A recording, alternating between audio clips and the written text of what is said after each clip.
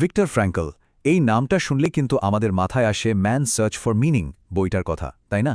উনি ছিলেন হলোকস্ট থেকে বেঁচে ফেরা এক বিরাট অনুপ্রেরণা আর লোগোথেরাপির প্রতিষ্ঠাতা। সারা দুনিয়ায় তাকে চেনে এক অদম্য জীবনী শক্তির প্রতীক হিসেবে। কিন্তু তার এই পরিচিতির আড়ালেই কি অন্য কোনো গল্প লুকিয়ে আছে? ফ্র্যাঙ্কেলের ফিলোসফিটা কি? সহজ কথায় উনি বলেন যে চরম দুঃখ কষ্টের মধ্যেও জীবনের অর্থ খুঁজে পাওয়া সম্ভব।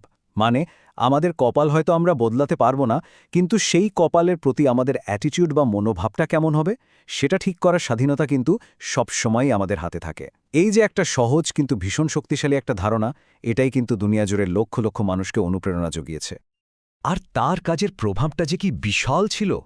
ম্যান সার্চ ফর মিনিং বইটা ২০টারও বেশি ভাষায় অনুবাদ করা হয়েছে আর বিশ্বজুড়ে বিক্রি হয়েছে ১ কোটিরও বেশি কপি। ভাবা যায়?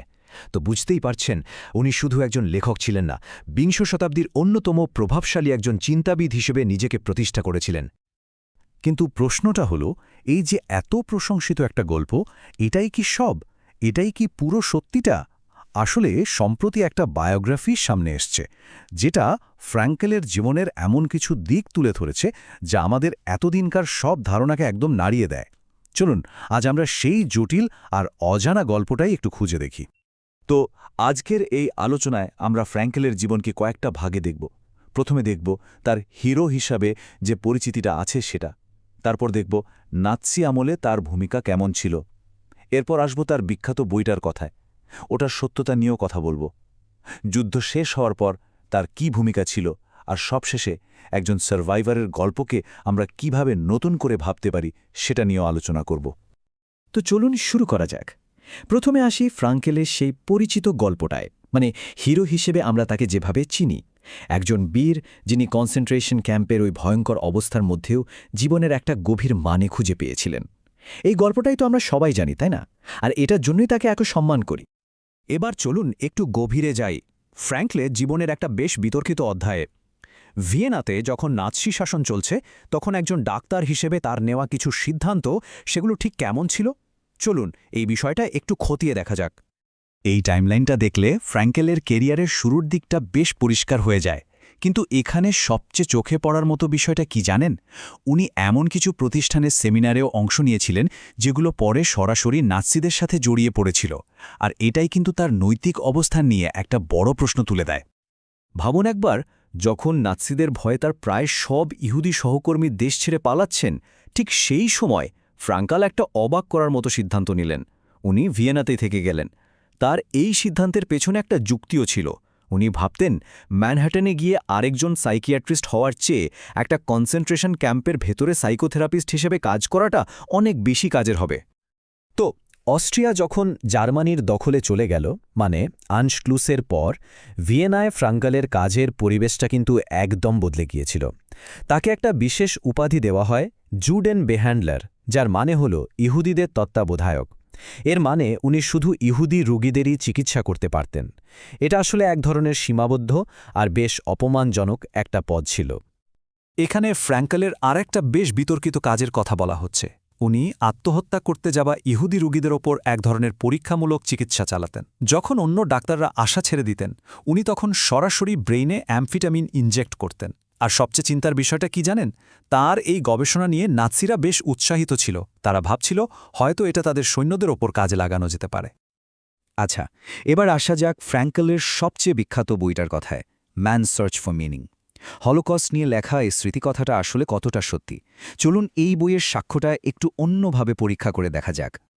এটা সম্ভবত তার বায়োগ্রাফির সবচেয়ে চমকে দেওয়ার মতো তথ্যগুলোর একটা। আমরা তো সবাই জানি যে ফ্র্যাঙ্কেল আউশভিটস থেকে বেঁচে ফিরেছেন, কিন্তু রেকর্ড কি বলছে জানেন? রেকর্ড বলছে উনি আউশভিটসের মূল ক্যাম্পে বন্দী হিসেবে ছিলেনই না। তাকে একটা ডিপোতে মাত্র ২-৩ দিনের জন্য রাখা হয়েছিল। এই তথ্যটা কিন্তু আমাদের এতদিনকার জানা গল্পটাকে একদম উল্টে দেয়। শুধু তাই না, তার বই আর ঐতিহাসিক তথ্যের মধ্যে আরও কিছু গরমিল পাওয়া যায়। যেমন ধরুন, উনি গ্যাস চেম্বার নিয়ে এমন সব বিস্তারিত বর্ণনা দিয়েছেন যা তার ওই অল্প সময়ের উপস্থিতির সাথে ঠিক মেলে না। আবার ক্যাম্পে মাসের পর মাস একই শার্ট পরে থাকার মতো বর্ণনাও দিয়েছেন যা তার আসল টাইমলাইনের সাথে খাপ খায় না। স্বাভাবিকভাবেই এই ব্যাপারগুলো তার সাক্ষ্যের বিশ্বাসযোগ্যতা নিয়ে একটা বড় প্রশ্ন তৈরি করে। ফ্র্যাঙ্কেলকে নিয়ে বিতর্ক কিন্তু এখানে শেষ হচ্ছে না।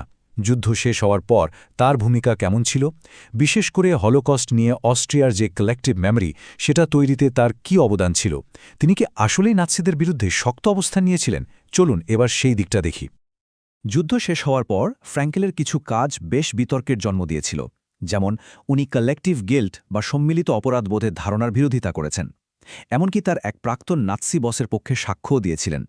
বইটা বলছে এই ধরনের কাজের মাধ্যমে আসলে একটা ন্যারেটিভ তৈরি হচ্ছিল, যেখানে অস্ট্রিয়াকে হোলোকস্টের জন্য দায়ী না দেখিয়ে বরং একটা ভিকটিম বা শিকার হিসেবে দেখানোর চেষ্টা করা হয়েছে। তাহলে এখন প্রশ্ন হল, ফ্র্যাঙ্কেলকে আমরা ঠিক কিভাবে দেখব? একজন হিরো নাকি একজন সুবিধাবাদী? আচ্ছা, এই পুরো বিষয়টাকে বোঝার জন্য চলুন শেষ অংশে একটা ইন্টেলেকচুয়াল ফ্রেমওয়ার্ক নিয়ে কথা বলি। এটা হয়তো আমাদের একটা নতুন পার্সপেক্টিভ দেবে। ফ্র্যাঙ্কেলের জীবনের এই কঠিন অধ্যায়গুলো বুঝতে হলে আরেকজন হলোকাস্ট সার্ভাইভার প্রিমো লেভির একটা কনসেপ্ট খুব কাজে আসে। কনসেপ্টটার নাম হলো দ্য গ্রে জোন। এটা আসলে ক্যাম্পের ভেতরের সেই ভয়ঙ্কর পরিস্থিতিকে বোঝায় যেখানে কে অপরাধী আর কে ভিকটিম সেই সীমারেখাটা একদম ঝাপসা হয়ে যেত, আর টিকে থাকার জন্য অনেক সময়ই মানুষকে নৈতিকভাবে আপোস করতে হতো। তো এই নতুন বায়োগ্রাফিটা পড়ার পর ফ্র্যাঙ্কেলকে শুধু একজন হিরো হিসেবে দেখাটা হয়তো ঠিক হবে না, বরং তার জীবনটা গ্রে জোনের ভেতরে টিকে থাকার যে নৈতিক জটিলতা, সেটার একটা দারুণ কেস স্টাডি হয়ে ওঠে। তার গল্পটা আমাদের দেখায় যে ওইরকম ভয়াবহ পরিস্থিতিতে মানুষকে বেঁচে থাকার জন্য কত কঠিন আর অসম্ভব সব সিদ্ধান্তের মুখোমুখি হতে হয়। শেষ করার আগে ফ্র্যাঙ্কলিনের নিজেরই একটা কোটেশন মনে পড়ছে। উনি বলেছিলেন, পূর্ব উপকূলে স্ট্যাচু অফ লিবার্টির পাশে পশ্চিম উপকূলে একটা স্ট্যাচু অফ রেসপন্সিবিলিটি থাকা উচিত। তো ফ্র্যাঙ্কলিনের জীবনের এই জটিল গল্পটা শোনার পর আমাদের নিজেদেরও হয়তো ভাবা উচিত এই দায়িত্ববোধ বা রেসপন্সিবিলিটির আসল মানেটা কী, আর ওইরকম একটা চরম পরিস্থিতিতে পড়লে আমরা নিজেরা কি করতাম। এই প্রশ্নটাই আপনাদের জন্য রেখে গেলাম।